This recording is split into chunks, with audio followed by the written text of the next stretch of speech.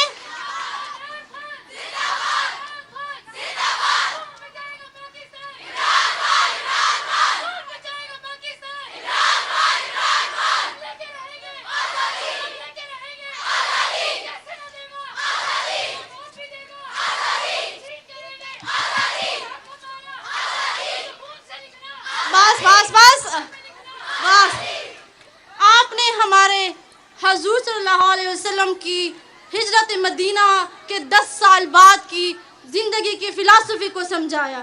آپ نے ہمیں یہ عملاً سکھایا کہ جب حضور صلی اللہ علیہ وسلم 10 سال میں عرب کے مختلف قبیلوں کو ایک قوم بنا سکتے ہیں تو آپ ان کے نقش قدم پہ چل کے اس پاکستانی ہجوم کو قوم کیسے نہیں بنا سکتے. آپ نے حضور صلی اللہ علیہ وسلم کے نقش قدم پہ چل کے اس پاکستانی ہجوم کو ایک قوم بنا دیا. اور پچھلے 4 مہینوں میں نظر آیا ہمیں کہ ہمارا اس قوم کا جس کو آپ نے بنایا کوئی مقابلہ نہیں کر سکتا. آخر میں یہ کہوں گی خان صاحب کہ یہ جو قوم آپ نے بنائی ہے، خصوصاً اس قوم کی بیٹیاں وہ بہادر بیٹیاں بن چکی ہیں کہ یہ نہیں ڈری 10 اپریل کی رات کو، یہ نہیں ڈری 25 مئی کے دن کو، یہ نہیں ڈری 21 اگست کی آدھی رات کو، اور یہ نہیں ڈرتی کسی شیلنگ سے، یہ نہیں ڈرتی کسی ڈنڈے سے، اور یہ نہیں ڈرتی کسی ان نون نمبر کے کال سے. یہ آپ کے ساتھ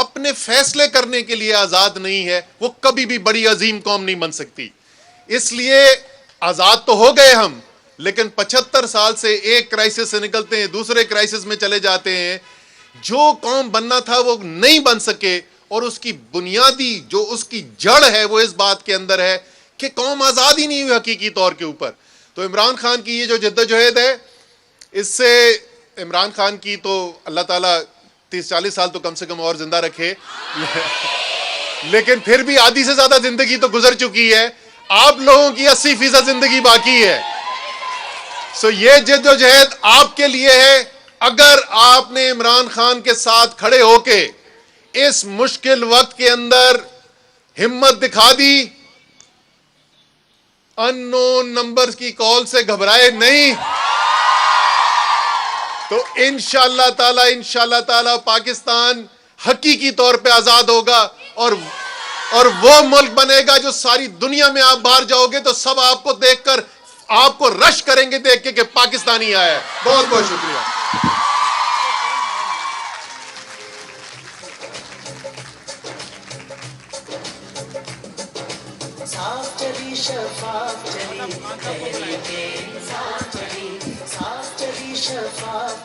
بہت پیاری اسپیچ کی ہے, اور ہمیں چاہیے کہ جتنا اسد عمر صاحب نے ہمیں تلقین کی ہے, جدوجہد کرنے کا کہا ہے, محنت کرنے کا کہا ہے, ہم سب اتنی محنت کر کے کسی رتبے پر فائز ہو جائیں.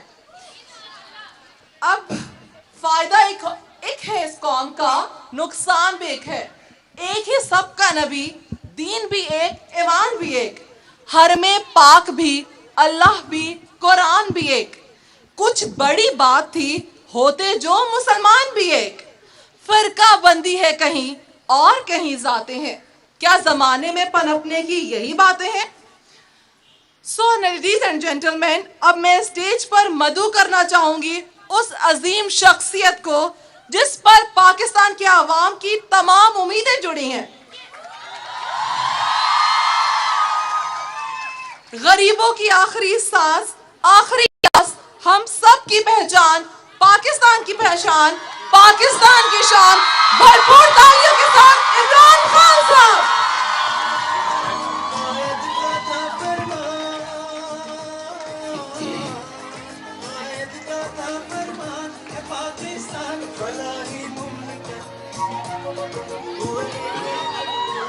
بسم اللہ الرحمن الرحیم.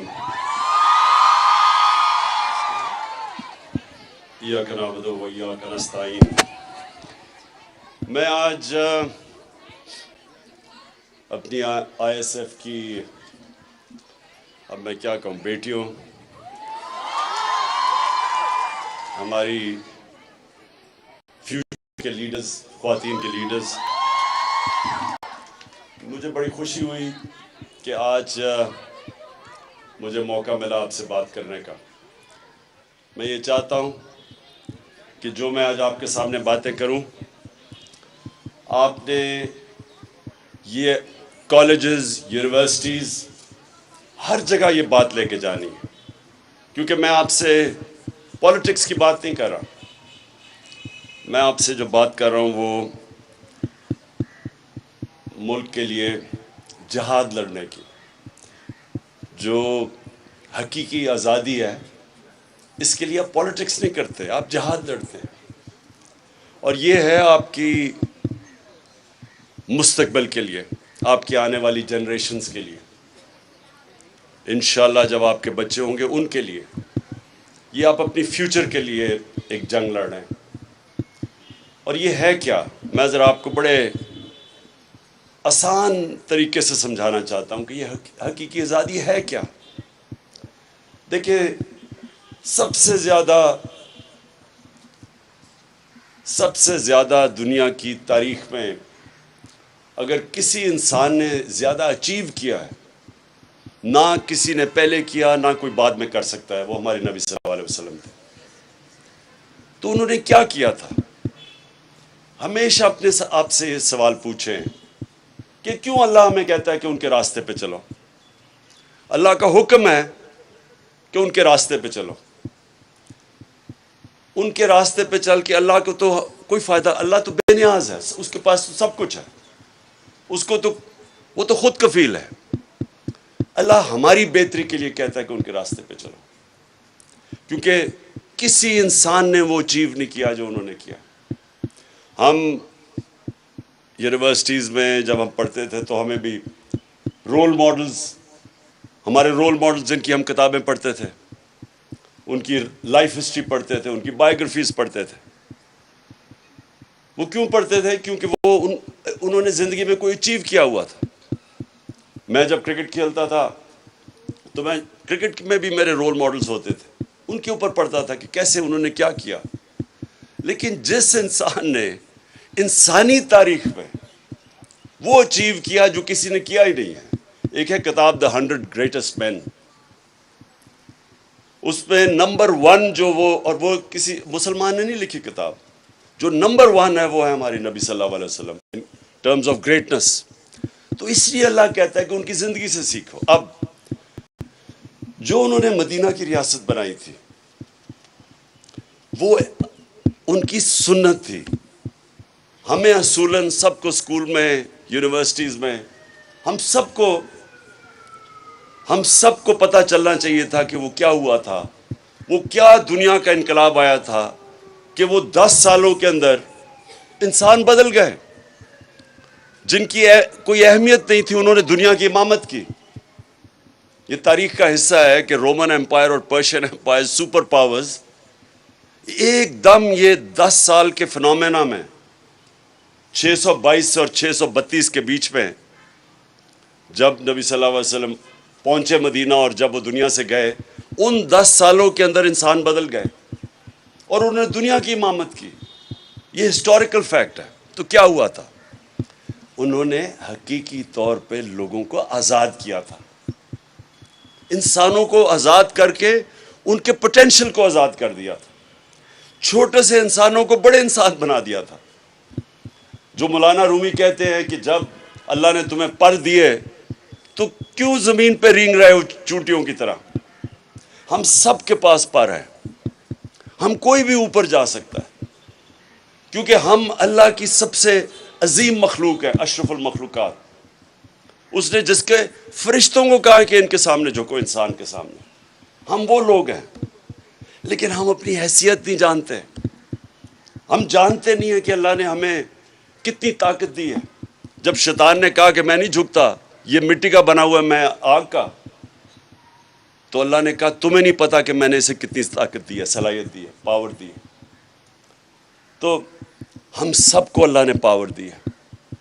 ہم سب میں پوٹینشل ہے کہ ہم کچھ بھی کر سکتے ہیں, لیکن ہم زنجیریں بندھی ہوئی ہیں جو روکتی ہیں ہمیں اوپر جانے سے. تو میرے نبی صلی اللہ علیہ وسلم نے مدینہ میں وہ زنجیریں توڑ دی, انسانوں کو آزاد کر دیا, ان کو پر دے دیے. وہی لوگ تھے, اور یہ تاریخ کا حصہ ہے, وہی لوگ تھے جن کی کوئی حیثیت نہیں تھی 2 سپر پاورز کے سامنے. 10 سالوں کے اندر وہ تبدیل ہو گئے. اور وہ جسمانی انقلاب نہیں تھا, وہ فکری انقلاب تھا. ذہنوں کے اندر تبدیلیاں آئی تھی. عورتوں کو انہوں نے آزاد کیسے کیا؟ رائٹس دے کے. آج بھی پاکستان میں سمجھتا ہوں کہ ہم نے باوجود کہ ہم نے قانون بھی پاس کیا, 80% خواتین کو ان کے انہیریٹنس رائٹس نہیں ملتے جو انہوں نے 1500 سال پہلے انہوں نے عورتوں کو دیے تھے. ان کو رائٹس دیے تھے. انہوں نے واضح طور پہ خواتین کے رائٹس اسپیسیفائی کیے تھے. قانون کے اندر انہوں نے ان کو رائٹس دیا اور انصاف دیا تھا. برابر کے انہوں نے انسان بنایا تھا. پہلے عورتیں اور آدمیوں کو برابر کے انسان نہیں سمجھتے تھے. انہوں نے غلاموں کو آزاد کیا تھا. مسلمان کی تاریخ ہے کہ غلام بادشاہ بن گئے. ہندوستان میں سلیو ڈینسٹی تھی. ماملوک جو ایجپٹ میں تھے وہ غلام تھے جو بادشاہت کی انہوں نے. تو غلاموں کو انہوں نے آزاد کیا, خواتین کو آزاد کیا. انسانوں کو کیسے آزاد کیا؟ انصاف دے کے. انصاف جو ہوتا ہے وہ آپ کو آزاد کرتا ہے. جب مجھے قانون پروٹیکٹ کرتا ہے طاقتور سے, تب میں آزاد ہوتا ہوں. آج اب اگر بدترین غلامی انسانوں کی دیکھنی آپ نے تو اندرون سندھ چلے جائیں. جس طرح وہ انسانوں کو، وہ ان کے طاقتور، ان کے وڈیرے انسانوں کو رکھتے ہیں، میں آپ کو یقین دلاتا ہوں کہ میں جتنا باہر مغربی دنیا میں سفر کیا ہے، جانوروں کو اس طرح وہاں مغرب میں رکھے، ان کے اوپر وہ جیل میں ڈال دیتے ہیں. جانوروں سے اگر وہ ظلم کریں، وہ لوگوں جیل میں ڈال دیتے ہیں وہاں. جو انسانوں سے ظلم ہوتا ہے، خاص طور پہ میں اندرون سندھ کی بات کر رہا ہوں کہ کوئی ان کے رائٹس نہیں ہیں. تو جب آپ کے حقوق نہیں ہوتے تو پھر انسانی معاشرہ نہیں رہتا، وہ جانوروں کا معاشرہ بن جاتا ہے. جانور اور انسانی معاشرے میں فرق یہ ہوتا ہے کہ انسانوں کے معاشرے میں انصاف ہوتا ہے. جب انسانی معاشرے میں انصاف نہیں ہوتا، پھر وہ جانوروں، بلکہ جانوروں سے بھی نیچے چلا جاتا ہے وہ معاشرہ. اس لیے انہوں نے سب سے پہلے اسٹیبلش کیا انصاف. اور انصاف کیا تھا ان کا کہ ان کے بعد مدینہ کی ریاست میں 2 خلیفہ وقت عدالت میں جاتے ہیں، خلیفہ ہوتے ہوئے عدالت میں پیش ہوتے ہیں. اور حضرت علی رضی اللہ تعالیٰ ایک یہودی سے عدالت میں کیس ہار جاتے ہیں خلیفہ ہوتے ہوئے، کیونکہ جو قاضی ہے وہ ان کے بیٹے کی گواہی قبول نہیں کرتا. حضرت علی یعنی ان کا مقام دیکھیں، ایک یہودی شہری سے کیس ہار جاتے ہیں. آپ سوچیں کہ وہاں انصاف کا کیا لیول ہوگا، کیا سٹینڈرڈز ہوں گی. آج آپ سوچ سکتے ہیں کہ کسی بھی مغربی معاشرے میں جس کو ہمارے سے بہتر انصاف کا نظام ہے، وہاں کوئی ان کا حاکم ہو، ان کا سربراہ ہو، وہ ایک کسی اور مائنورٹی سے کیس ہار جائے، وہاں بھی تصور نہیں ہے. تو یہ تھا لیول ان کا انصاف کا، جس کی وجہ سے انسان آزاد ہو گئے، جس کی وجہ سے ان کی پرواز اوپر چلی گئی، جس کی وجہ سے انہوں نے کئی 100 سال تک دنیا کی امامت کی، ورلڈ لیڈرشپ کی. انہوں نے ہر چیز میں، چاہے وہ سائنسز ہوں، چاہے وہ کسی انوویشنز، ہر چیز میں وہ آگے نکل گئے کیونکہ انسان آزاد ہو گئے. تو میں جو آپ کو چاہتا ہوں، جب آپ یونیورسٹیز اور کالجز میں جائیں تو آپ سمجھائیں کہ ہم اس طرح کہیں نہیں جا رہے. اس طرح کے نظام میں جس طرح چور اوپر آ کے بیٹھ جائیں، مانے ہوئے ملک کے ڈاکو اگر ملک کے اوپر بیٹھ جائیں، آپ ایک فیکٹری کے اوپر چور بٹھا دیں، وہ فیکٹری آپ کی بند ہو جائے گی. ملک کیسے چل سکتا ہے؟ آج ساری جتنی بھی غریب ملک ہیں، ان ساروں کی ایک ہی کہانی ہے، وہاں انصاف نہیں ہے، وہاں رول آف لا نہیں ہے، وہاں انصاف کی حکمرانی نہیں، وہاں جنگل کا قانون ہے. جو طاقتور ہے وہ قانون سے اوپر ہے، جو کمزور ہے اس کو انصاف نہیں ملتا. ہمارے نبی صلی اللہ علیہ وسلم نے کہا تھا کہ تمہارے سے پہلے بڑی قومیں تباہ ہوئیں کہ کمزور جب چوری کرے وہ جیل میں، اور طاقتور جب چوری کرے تو اس کو این آر او مل جائے، اس کو پکڑے نہ. جو آج یہاں ہمارے ملک میں، انہوں نے تب کہا تھا کہ قومیں تباہ ہو جاتی ہیں. جس قوم میں رول آف لا نہیں ہوتا وہ تباہ ہو جاتی ہے. اور یہ ساری غریب ملکوں کی یہی کہانی ہے. آج وہاں ہر جگہ زرداری اور شریف بیٹھے ہوئے ہیں، چوری کر رہے ہیں، ملک کا پیسہ باہر لے کے جا رہے ہیں، اور دوسروں سے بھیک مانگ رہے ہیں کہ جی ہمیں ڈالرز بھیج دو. یہ سارے غریب ملکوں کا یہ مسئلہ ہے، یہ صرف پاکستان کا نہیں ہے. میں اس لیے جب میں نے پولیٹکس شروع کی تو تب میں نے اپنی انصاف کی تحریک، یعنی میں نے ایک چیز آئیڈینٹیفائی کی کہ اگر ہم انصاف لے آئیں پاکستان میں تو یہ ملک آزاد ہو جائے گا اور یہ عظیم ملک بنے گا. تو یہ جو حقیقی آزادی ہے، اس کی ابھی جد و جہد جاری ہے. چور اوپر بیٹھ گئے ہیں. ایک انگلش میں سینگ ہے کہ lunatics have taken over the asylum, کہ پاگلوں نے پاگل خانے پہ قبضہ کر لیا، یعنی چوروں نے ملک کے اوپر قبضہ کر لیا. تو اب وہ ہر روز ان کے کیس معاف ہو رہے ہیں. پہلے قانون بناتے ہیں خود قانون بناتے ہیں، اسمبلی میں جا کے نیب لا میں امینڈمنٹ کرتے ہیں، پھر باری باری ان کے کیس ختم ہو رہے ہیں اب چوروں کے. تو میں ان کو بار بار کہتا ہوں کہ پھر جیل کھول دیں، وہ بیچارے غریب لوگوں کا کیا ہے، وہ جو غریب سارے جیلوں میں بھرے ہوئے ہیں۔ اور اس لیے یہ یاد رکھیں کہ جب تک ہم اس کے لیے جد و جہد نہیں کریں گے، یہ جو اب ہمارے ساتھ ملک سے ہو رہا ہے، یہ اگر ہم اب کھڑے اس کے لیے نہیں ہوں گے تو وہ پھر قومیں تباہ ہو جاتی ہیں۔ قرآن کی آیت ہے کہ میری زمین پہ نکل کے دیکھو کتنی قومیں تباہ ہوئی جو میرے حکم پہ نہیں چلی۔ قومیں رہتی نہیں ہیں، تباہ ہو جاتی ہیں۔ یوگوسلاویہ نہیں ہے اب، پہلے ایک ہمارے زمانے میں ایک ملک تھا، وہ ختم ہو گیا۔ سوویت یونین نہیں رہی اب، وہ رشیا، وہ تھوڑا سا رہ گیا۔ ہمارے ہوتے ہوتے ایسٹ پاکستان علیحدہ ہو گیا، بنگلہ دیش بن گیا۔ تو یہ نہ سمجھے کہ ملک رہ جاتے ہیں، جب تک ملک اپنی انصاف کے لیے جد و جہد نہیں کرتے، اپنے حقوق کے لیے، اپنے رائٹس کے لیے، اپنی آزادی کے لیے قومیں نہیں کھڑی ہوتی، وہ پھر قومیں تباہ ہو جاتی ہیں۔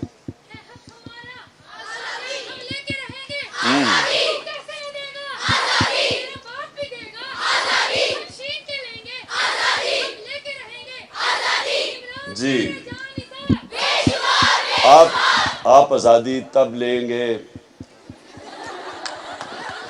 آپ تب لیں گے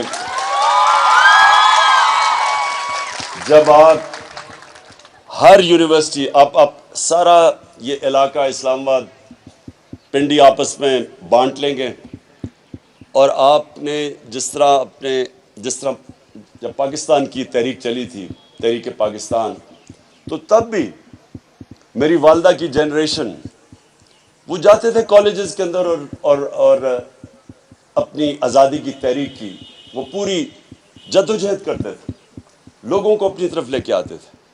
اور آپ جتنی ایج کی تب بھی ہماری خواتین آپ کی ایج کی وہ جا کے پوری اس کے لیے جد و جہد کرتی تھیں اور تبلیغ کرتی تھیں اور لوگوں کو تیار کرتی تھیں۔ اس لیے آپ نے بڑا یہ جو وقت ہے، یہ فیصلہ کن وقت ہے پاکستان کی تاریخ میں۔ یہ انشاءاللہ جس طرح قوم میں بیداری آئی ہے، جس طرح قوم میں شعور آیا ہوا ہے، تو انشاءاللہ اگر ہم سب اس وقت محنت کریں، لوگوں کے اندر جائیں، تو میرے میں شک نہیں ہے کہ یہ انشاءاللہ یہ جو تحریک ہے ہماری یہ حقیقی آزادی کی تحریک، یہ کامیاب ہوگی۔ تو آپ نے سب نے میرے سے وعدہ کرنا ہے کہ لوگوں کے پاس جانا ہے، ممبرشپ کرنی ہے۔ نائلہ، مجھے بڑا پسند آیا آپ کا جذبہ اور جنون تھا، اور آپ میں جو شعور تھا، یعنی جو آپ نے کئی باتیں کی وہ میں نے بڑے دیر میں جو پولیٹکس میں لوگ رہتے ہیں ان سے نہیں سنی وہ باتیں، کیونکہ دیکھیں دو چیزیں ہوتی ہیں، پولیٹکس آپ نے سمجھ لی ہے۔ ایک ہے پولیٹکس جو دنیا میں بدنام ہے، آدمی یا عورت پولیٹکس میں آتی ہے عوام کی خدمت کرنے کے لیے اور وعدے کرتی ہے کہ میں خدمت کروں گی عوام کی یا کروں گا، اور اس کے بعد خود پیسے بنانے شروع ہو جاتے ہیں، لوگوں کو لوٹنا شروع ہو جاتے ہیں۔ اور دوسرے ہیں جو پولیٹکس کو عبادت سمجھتے ہیں، جو پیغمبروں کا راستہ تھا، وہ بھی اسٹیٹ کرافٹ تھی۔ نبی صلی اللہ علیہ وسلم نے بھی مدینہ کی ریاست سنبھالی تھی، لیکن وہ ایک عبادت میں کنورٹ ہو جاتی ہے، کیونکہ انہوں نے لوگوں کی زندگیاں بدل دی، انسانوں کو اٹھا دیا، فلاحی ریاست بنا دی، انصاف کر دیا، حقوق دے دیے، وہ بھی پولیٹکس ہے۔ تو دو پولیٹکس ہے، ایک قائد اعظم کی ہے، ایک ان چوروں کی ہے۔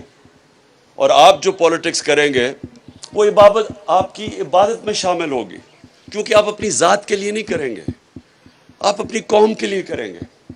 جس طرح کشمیر کے لوگ ہیں جو مقبوضہ کشمیر میں، یعنی وہ کن مشکلوں میں ان کی خواتین نکلتی ہیں، ظلم ہوتا ہے، لیکن وہ بار بار قربانیوں کے بار نکلتی رہتی ہیں، کیونکہ وہ سب کو سمجھتے ہیں کہ غلام قوم کبھی کھڑی نہیں ہو سکتی، غلام صرف اچھے غلام بن سکتے ہیں، صرف آزاد قومیں اوپر جاتی ہیں۔ اور وہی جو میں نے پھر سے کہا کہ مدینہ کی ریاست ہمارے لیے ہمیشہ کے لیے ایک مثال ہے مسلمانوں کے لیے، کہ کیسے ایک انسان بدلے، اور وہ دنیا کی انہوں نے امامت کی۔ اور اس لیے اللہ کہتا ہے کہ ان کے راستے پہ چلو، ہماری بہتری کے لیے، کہ اگر ہم نے اس اس سے نکلنا ہے جس دلدل میں ہمیں پھنسایا ہوا ہے، قرضے لے لے کے. وہ ہمارا وہ شہباز شریف جاتا ہے ہر جگہ کہتا ہے جی دیکھیں میں بھیک تو نہیں مانگ رہا، میں مجبور ہوں. ہاں مجبوری ہے، میں بھیک تو نہیں مانگنا چاہتا لیکن میں مجبور ہوں، میں مانگنے نہیں آیا. تو وہ اصل میں ساری قوم کو ذلیل کرتا ہے. خوددار قوموں کی عزت ہوتی ہے، جو انسان اپنی عزت کرواتا ہے اس کی عزت ہوتی ہے. آپ اپنی اگر عزت نہیں کروائیں گے دنیا آپ کی عزت نہیں کرے گی. دنیا کے سامنے ہاتھ پھیلائیں گے کوئی عزت نہیں کرے گا. تو انشاءاللہ میں آپ کی سب کی اب ڈیوٹی لگا رہا ہوں. میں آپ کو 1-2 مہینے دوں گا، نہیں 1 مہینے میں میں دیکھوں گا کہ آپ نے کتنی ممبرشپ کی ہے، آپ کی کتنی بڑی یہ ہماری ISF کی تنظیم کتنی بڑی بن جاتی ہے، اور انشاءاللہ پھر آپ سے رپورٹ کروں گا. بہت بہت شکریہ.